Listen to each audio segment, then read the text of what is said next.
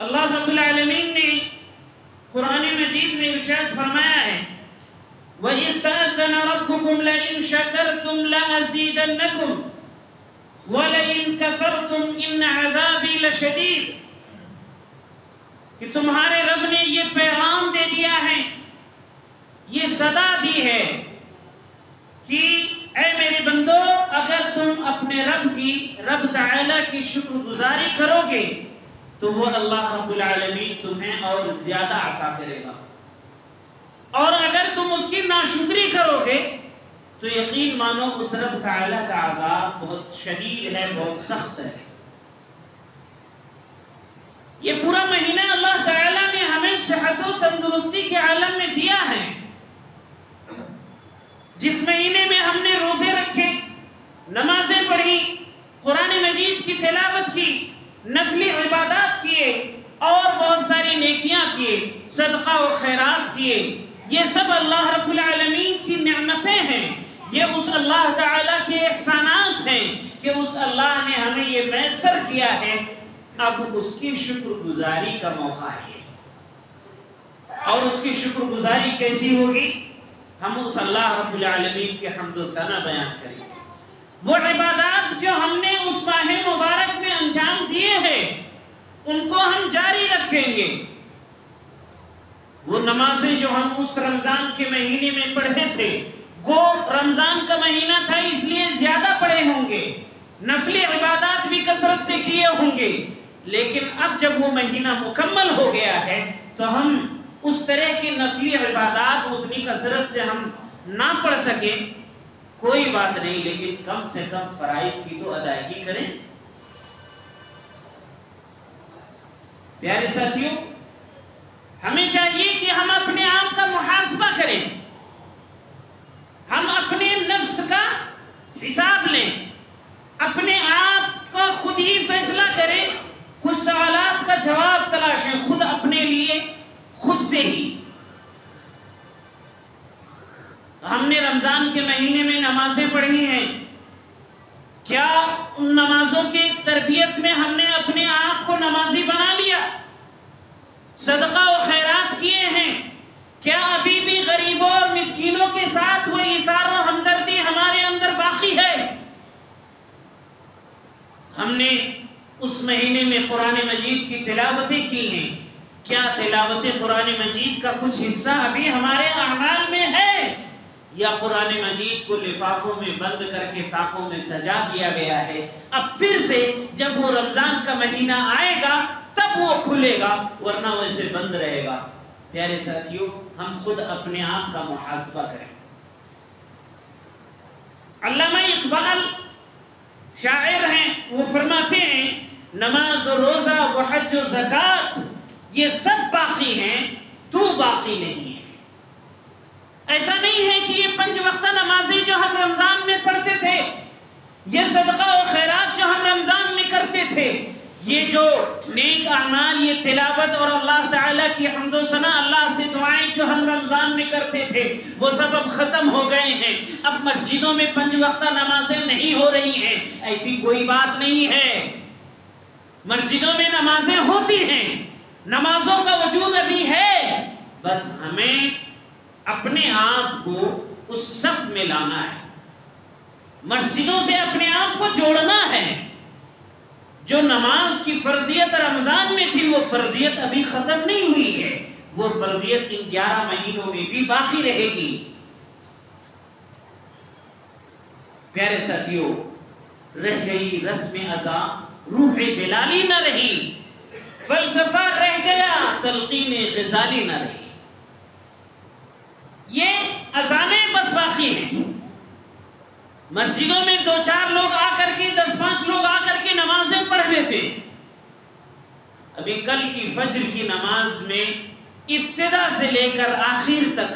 کل 4 لوگ تھے۔ وہ فجر کی نماز جو رمضان المبارک کے مہینے میں 3 سے 4 صفیں ہوا کرتی تھی، اور آخری عشرے میں یہ اندر کا حصہ پورا بھر جایا کرتا تھا، یہ آپ تمام لوگوں میں صرف 4 لوگ نماز میں آئے۔ دیگر نمازوں میں 1 صف، 1.5 صف، نمازیں ابھی ختم نہیں ہوئی ہیں، یہ نمازیں قیامت کی صبح تک شرعی حکم ہے، باقی رہیں گی۔ جب تک ہمارے اندر ایمان ہے ہم اس کو ادا کریں گے۔ یہ نمازیں اگر ہم نے چھوڑ دیا تو گویا ہم نے اپنے اندر سے ایمان کو گنوا دیا ہے۔ پیارے ساتھیوں، ہم نے جو بھی نیک اعمال اس ماہ گزشتہ ماہ مبارک میں کیے ہیں، ان نیکیوں کی ہم حفاظت کریں، نیکیوں کی ہم حفاظت کریں۔ وہ نیکیاں ہماری برباد نہ ہو جائیں، وہ نیکیاں ہماری کسی اور کے کھاتے میں نہ چلی جائیں۔ اللہ کے نبی صلی اللہ علیہ وسلم نے نیکیوں کی حفاظت کے تعلق سے ایک مرتبہ بڑے پیار سے، بڑے اچھے انداز میں، ایک مثال کے ساتھ میں صحابہ کرام رضی اللہ عنہم کو سکھلایا ہے کہ نیکیوں کی حفاظت ہم کیسے کریں گے۔ ہماری نیکیاں ہمارے ہی کھاتے میں، ہماری نیکیاں ہمارے ہی نام اعمال میں باقی کیسے رہیں گی، اور وہ کون سی غلطیاں ہیں کہ جس کی وجہ سے ہماری کی ہوئی نیکیاں دوسرے کے کھاتے میں چلی جائیں گی۔ تو اللہ کے نبی صلی اللہ علیہ وسلم نے ایک مرتبہ صحابہ کرام رضی اللہ عنہم سے سوال کیا، اتدرون ما المفلس، کیا تم لوگ جانتے ہو مفلس کون ہے؟ مفلس یعنی انتہائی درجے کا فقیر مسکین انسان، جس کے پاس ضروریات زندگی کے ساز و سامان موجود نہ ہو، رہنے کے لیے گھر نہ ہو، کھانے کے لیے اس کے پاس دانے پانی نہ ہو، اور اس کے پاس پہننے کے لیے کپڑے میسر نہ ہو، بس کسی طرح سے وہ زندگی گزار رہا ہے، ایسا شخص مفلس کہا جاتا ہے لغت میں۔ صحابہ کرام نے کہا کہ ہم تو مفلس اسے جانتے ہیں کہ جس کے پاس درہم و دینار نہ ہو، مال و دولت نہ ہو، جو ہم اور آپ سمجھتے ہیں۔ اللہ کے نبی صلی اللہ علیہ وسلم نے اس کے بعد فرمایا کہ میری امت کا مفلس وہ ہوگا کہ جس کے پاس پہاڑوں جیسی نیکیاں ہوں گے، نماز اور روزے اور زکوٰۃ و صدقہ و خیرات ہوں گے، لیکن اس کے بعد معاملہ کیا ہوگا کہ وہ نیکیاں اس کی دوسرے کے پاس چلی جائیں گی۔ کیا اس کے پاس نیکیاں جو تھی وہ بہت ہلکی تھی؟ حدیث میں ہے کہ وہ نماز کی نیکیاں ہیں، روزوں کی نیکیاں ہیں، صدقہ و خیرات کی نیکیاں ہیں، اور وہ نیکیاں بھی کم نہیں ہیں بلکہ وہ اتنی زیادہ ہیں کہ جیسے سمجھو ایک بہت بڑا پہاڑ ہو، لیکن اس کے باوجود وہ مفلس ہے۔ نماز پڑھنے والا بھی مفلس ہے، نیکیوں کے بارے میں وہ انتہائی مسکین ہے، روزے رکھنے والا، صدقہ و خیرات کرنے والا مفلس ہے، ایسا مفلس کہ اس کے پاس کوئی نیکی نہیں بچی ہے۔ آخر کیا وجہ ہے، کیا معاملہ ہے؟ اللہ کے نبی صلی اللہ علیہ وسلم نے آگے بتلایا کہ اس کے پاس نیکیاں تو ہوں گی، خوب بہت زیادہ عبادات ہوں گے، فرائض بھی ہوں گے، نفلی عبادات بھی ہوں گے، نیکیوں کے بڑے پہاڑ ہوں گے، لیکن معاملہ کیا ہوگا؟ اس نے ایک کو قتل کیا ہے، ایک کو گالیاں دی ہیں، ایک کو زبان سے بہت ہی زیادہ سخت کلمات کہے ہیں، ایک کو مارا اور پیٹا ہے، ایک کو مال ہڑپ کیا ہے۔ اس طریقے سے بہت سارے لوگوں کی ایسی فہرست ہے جس پر اس نے طرح طرح کے ظلم و زیادتیاں کی ہیں۔ اب فیصلہ کیا ہوگا؟ حدیث میں بھی یہ وضاحت موجود ہے، قرآن مجید میں بھی یہ بات موجود ہے کہ وہاں مال اور دولت کام نہیں آئیں گے، وہاں درہم اور دینار کا لین دین نہیں ہوگا، وہاں ایسا نہیں ہے کہ کسی کے پاس کسی کا مال موجود ہے تو وہ اپنا مال اس کو واپس کر دے، نہیں، مال و دولت، درہم و دینار اور روپے پیسوں کا لین دین وہاں نہیں ہوگا، وہاں نیکیوں اور برائیوں کا لین دین ہوگا۔ اب فیصلہ کیسے ہوگا؟ فرمایا کہ ایک جس کو قتل کیا ہے اس کے پاس اس کی نیکیاں اس کے ظلم کے اعتبار سے اٹھا کر اس مظلوم کو دے دی جائیں گی، اور ایک وہ جس کو اس نے گالیاں دی تھی اس کی نیکیاں اس کے ظلم کے اعتبار سے اس مظلوم کو دے دی جائیں گی، ایک وہ شخص جس کو اس نے ظلمن مارا تھا اور اس کے بارے میں بڑے سخت کلمات کہے تھے، یہ نیکیاں اس کے ظلم کے اعتبار سے اس مظلوم کو دے دی جائیں گی. ایسے باری باری کر کے اس کی ساری نیکیاں تقسیم کر دی جائیں گی. اب نیکیاں تو ختم ہو گئی ہیں اور ادھر کچھ اور مظلومین باقی ہیں. اللہ کے نبی صلی اللہ علیہ وسلم نے فرمایا کہ اللہ رب العالمین تو انصاف کرنے والا ہے نا, وہ انصاف آگے کیسے کرے گا؟ اب تو اس کے پاس نیکیاں نہیں بچی ہیں. وہ نماز اور روزے, وہ صدقہ و خیرات جو پہاڑوں کے برابر کے تھے, وہ سب کے سب ختم ہو گئے ہیں. اور ادھر کچھ اور مظلومین کی فہرست ابھی باقی ہے. رب تعالیٰ فیصلہ کرے گا کہ ان مظلومین کے پاس جو گناہ ہو وہ ظلم کے اعتبار سے ان مظلومین کے گناہ کو اٹھا کر اس ظالم کے کھاتے میں ڈال دیے جائیں. اور پھر کیا ہوگا؟ اس کے پاس تو صرف گناہ ہی ہے, نیکیاں تو ہے نہیں. پھر تو وہ نیکیاں جو پہاڑوں کے برابر موجود تھی وہ سب ختم ہو گئی, اور اب یہ بن گیا ہے اس امت کا حقیقی مفلس کہ جسے فرشتے گھسیٹ کر رب تعالیٰ کے حکم سے جہنم کے حوالے کر دیں گے, جہنم کا ایندھن بن جائے گا. تو اللہ کے نبی صلی اللہ علیہ وسلم نے اس پوری حدیث میں ہمیں یہ تعلیم دیا ہے کہ ہم نیکیوں کو انجام تو دیں, نیک اعمال تو کریں, لیکن ساتھ ساتھ ان کی ہم حفاظت کریں. اور ان کی حفاظت کا طریقہ یہ ہے کہ ہم دوسروں پر ظلم و زیادتی نہ کریں, کسی کو گالی نہ دیں, کسی کو مارے پیٹے نہیں, کسی کا مال ہڑپ نہ کریں, کسی کے بارے میں سخت کلامی نہ کریں, بلا وجہ کسی پر ناراضگی کا اظہار نہ کریں. ایک دوسرے کے ساتھ بھائی چارگی کے ساتھ رہیں, مل جل کر رہیں, میل محبت سے رہیں, ایثار و ہمدردی کے ساتھ رہیں, ایک سماج بن کر رہیں, ایک جسم کے مانند رہیں. تو ہمیں چاہیے کہ ہم اپنی نیکیوں کی حفاظت کریں. محترم سامعین, کچھ لوگوں کی عادتیں ہوتی ہیں, انسان کی بلکہ یہ فطرت ہے کہ وہ ایک نیک عمل کسی عالم کی تقریر میں یا کسی کتاب میں یا سوشل سائٹوں میں ایک اچھا اور نیک عمل اور اس کی فضیلت کو پڑھتا ہے یا سنتا ہے تو وہ اس کو بڑے شوق سے, بڑے جوش و خروش سے اس کو کرنے لگتا ہے. کچھ دنوں تک کرتا ہے اور وہ سست ہو جاتا ہے. دوسرا کوئی عمل ملتا ہے, اب پہلے والے کو چھوڑ دیا, اب اس کی اہمیت گھٹ گئی, اب دوسرا عمل پایا, اسے خوب اچھے انداز میں کرنے لگا ہے, کرتے کرتے اسے بھی چھوڑ دیا, تیسرا پایا, اسے خوب اچھے انداز میں کرنے لگا ہے. اس طرح سے ہماری نیکیوں کا باغ نہیں لگ سکتا ہے. یہ نیکیوں کا برباد کرنا ہے, یہ نیکیوں کو ضائع کرنا ہے.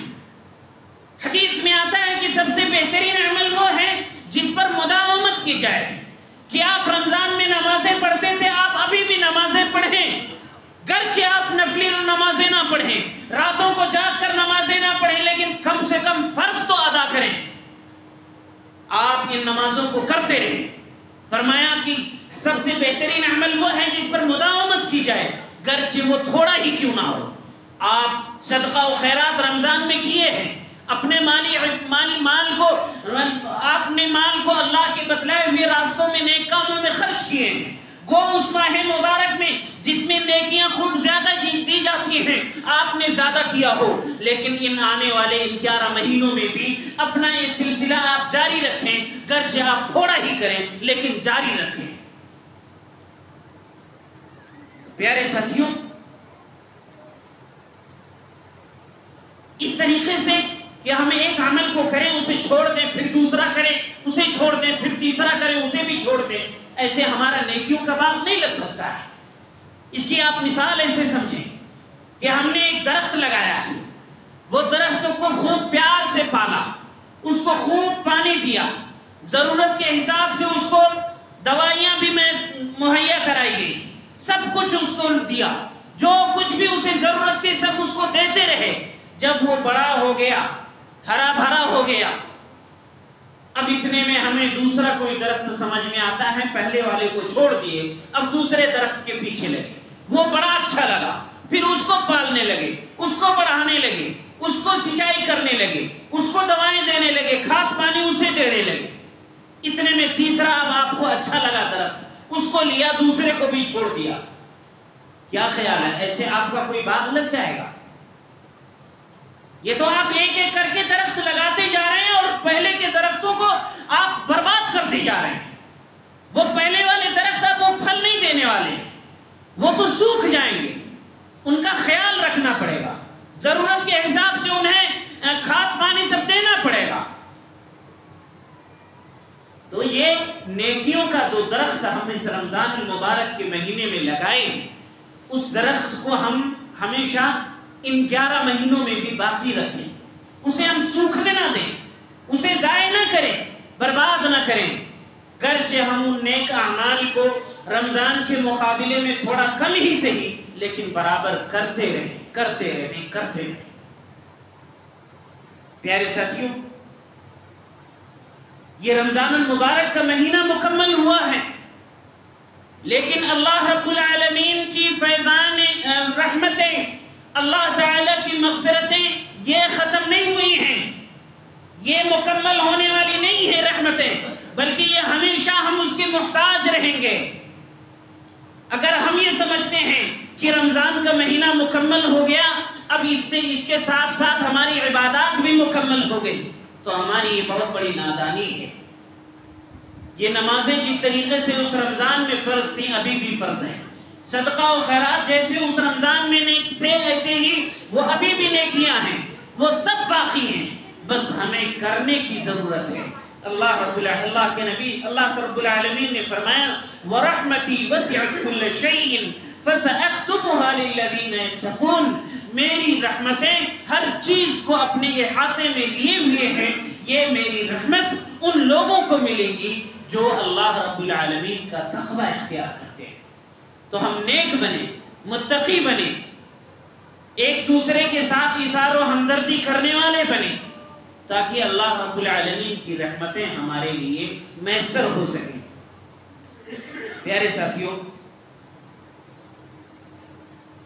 شوال کے 6 روزے یہ ایک ایسا مسئلہ ہے روزے کا جو رمضان المبارک کے مہینہ مکمل ہو جانے کے بعد کیا جاتا ہے۔ یہ عمل، یہ مہینہ جس سے ہم ابھی گزر رہے ہیں، یہ شوال کا مہینہ ہے جس میں 29 یا 30 دن ہوں گے۔ اس پورے مہینے میں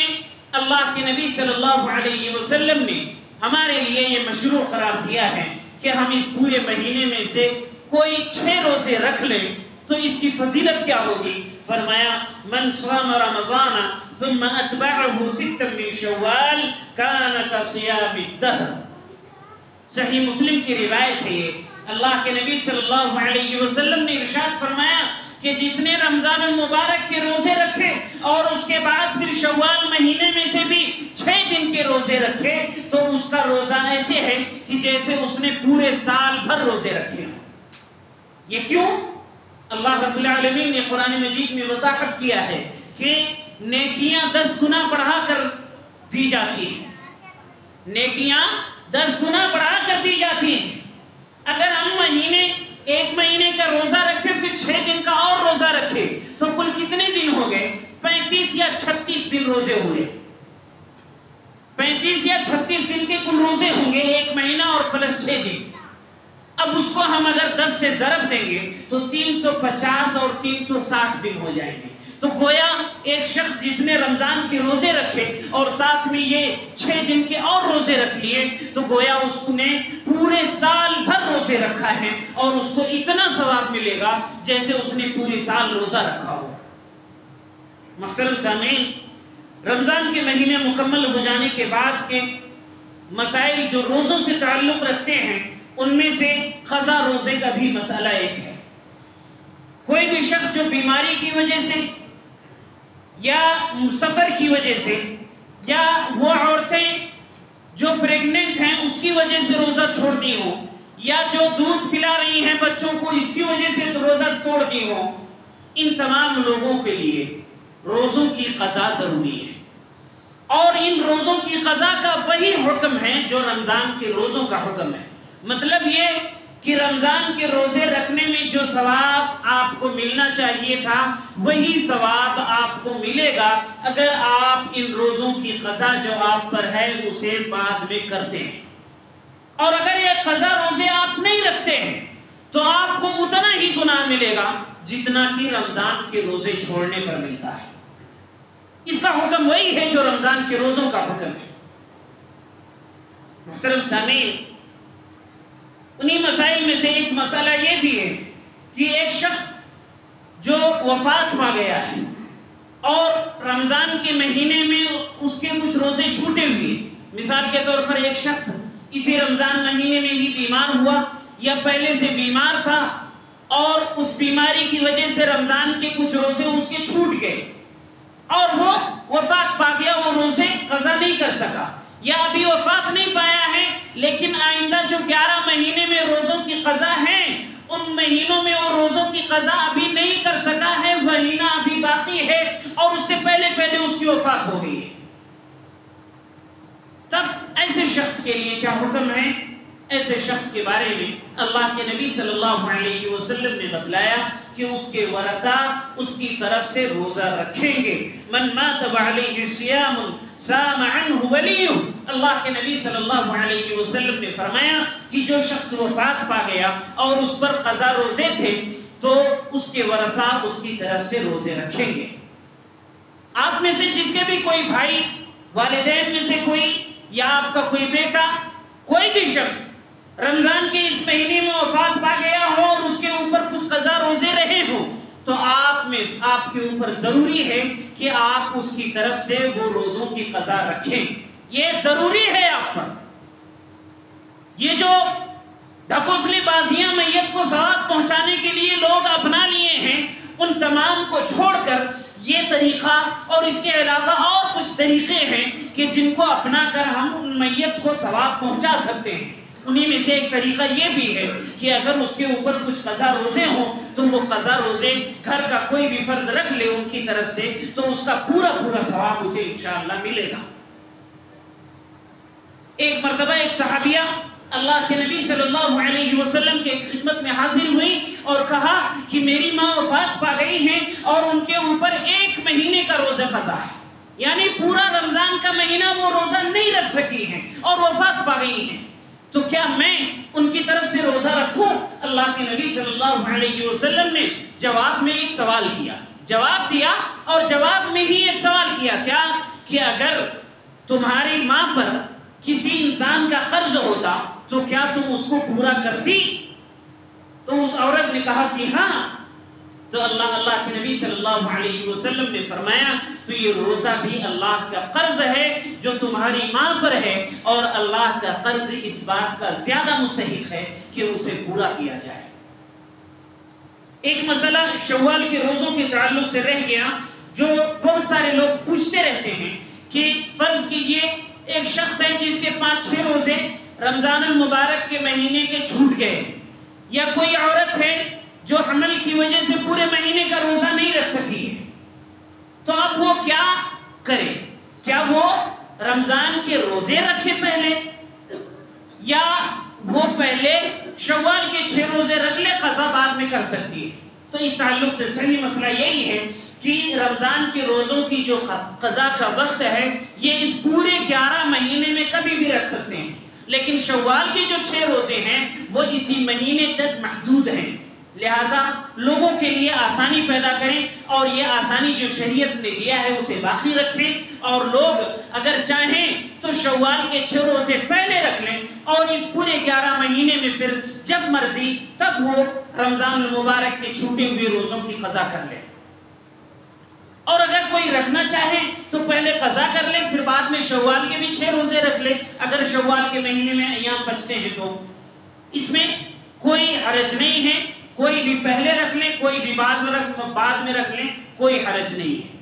اللہ رب العالمین سے دعا ہے رحم الرحمین ہم سبھی کو اچھائیوں اور بھلائیوں کی توفیق دے، ہم سب کے جو بھی نیک اعمال ہوں اے اللہ تو اسے قبول فرما لے، رمضان کے مہینے میں جو بھی ہم نے نیکیاں انجام دی ہیں اے اللہ تو اسے قبول فرما لے، جو بھی ہمارے بھائی بہن والدین اولاد وفات پا چکے ہیں اے اللہ ان تمام کی قبروں میں جنت کی نعمتیں پہنچا دے، اپنی رحمتوں سے انہیں ڈھانپ لے، ان پر اگر عذاب ہو تو اپنے خاص فضل و کرم سے اس عذاب کو ٹال دے، ہم میں سے جو بے اولاد ہو انہیں نیک اولاد عطا فرما، ہم میں سے جو بیمار ہوں اے اللہ انہیں تو شفا عطا فرما، جو مقروض ہوں انہیں قرض چکانے کی توفیق عطا فرما، جو بے روزگار ہوں انہیں حلال روزی کے ان کے لیے حلال روزی نیکی کے راستے کھول دے. اے اللہ تو ہم سب کی دعاؤں کو قبول فرما. ربنا تقبل منا انك انت السميع العليم وتب علينا انك انت التواب الرحيم.